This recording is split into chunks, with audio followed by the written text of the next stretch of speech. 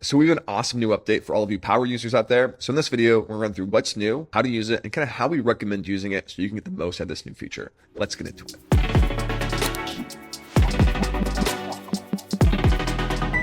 Now, I'm not going to make you wait to find out what the new feature is. It's instant sends as well as an update to how Playbooks work in terms of delays. If I scroll down here, you can see on the left, there's wait for, 7 days, 0, etc.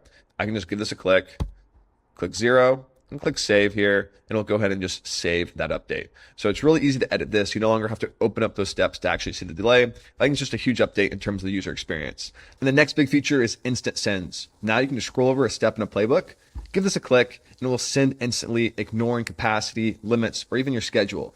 This is really useful if you want to enroll somebody in a playbook after meeting with them. It's also useful for sending instant follow-ups, like sending off multiple LinkedIn messages in a row, which just makes your outreach that much more powerful. And now let's share how you can use it. So imagine you talk to somebody, you give them a demo, and then you want to follow up with them. Well, generally you send an email and then you kind of forget to follow up, or that conversation kind of dies, et cetera, et cetera. So what we wanted to do here was make it really easy for your team to just enroll in a playbook to follow up with people. So let's build a new playbook here, and it's gonna be a playbook that's designed specifically for following up after a demo. We'll click new playbook here. We'll go through the steps, and I'll kind of just skip through this for you guys, and we'll just hop into the playbook. So here's the playbook we have, right? It opens with Bounce Shield. It has an email. What we want to do here now is we want to add a manual email up front. So I'll go down here. I'll click manual email. We'll drag that guy to the top here. And then here, we just want to draft an email that's for that follow-up, right? So, great connecting, et cetera, et cetera. We'll draft one real quick. So there we go. Here's our manual email that opens up the playbook. So the thing with sequences in any software that you're using is to kind of send out in a human-like fashion. And if it's not sending out in a human-like fashion, you really do need another tool. So Leadloft, for example, does send out and it mimics human behavior. So what happens is when you enroll somebody in here, this manual email, this task won't be created immediately. It'll be created after, maybe a day or after hours, depending when there's capacity that opens up that allows this email to be sent, right? So we didn't like that. We wanted you to have control over it and be able to send a little bit quicker, especially after a demo, right? Because it's important that you follow up soon after giving a demo. So what you can do now is you can hop in here, scroll over this button, and give it a click. What this does now is it sends the email instantly, ignoring limits and schedules. Now, if it's a manual email, what that means is it will create that manual task immediately. You can also do the same thing with Bounce Shield or even a follow-up email. And what's really cool is there's some tactics you can use here that are pretty interesting that I personally really like myself. One is an instant connect after that email. So just say 0 days, instant connect. There we go. Perfect. And then the other option here is you can add a double tap. Say automated email. And the reason I really like this is because in the day of lots of automated AI spam, what you can do is you can actually add purposeful mistakes to mimic humans. What this does is it makes it feel like it's not an automated email anymore. It makes it feel very human-like. You'll even see our team do this because it's a tactic that I personally love, which is something like this. Here it is. Here's this opening email. Here's a valuable resource to give a demo. Please feel free to explore, exact, and then link below. What you could do is you could leave the demo out purposefully or leave out a time to book a onboarding session, for example. So imagine you have a Calendly link, like an onboarding session link or something like that. That is a really important action for the user to take, but you want to highlight it. So you could input a sentence in here. So please feel free to explore any questions.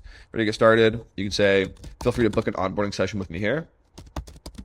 Then what I can do here is I have this automated email beneath it, and I'll say, whoops, forgot the link.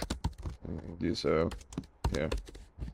Add that link in there, link it out. There we go. So now what we can do here is we can click save. The interesting thing is if we want to send that instantly, click that instant button, add that delay of 0 days. And now what's going to happen is we'll have this manual email teed up, right?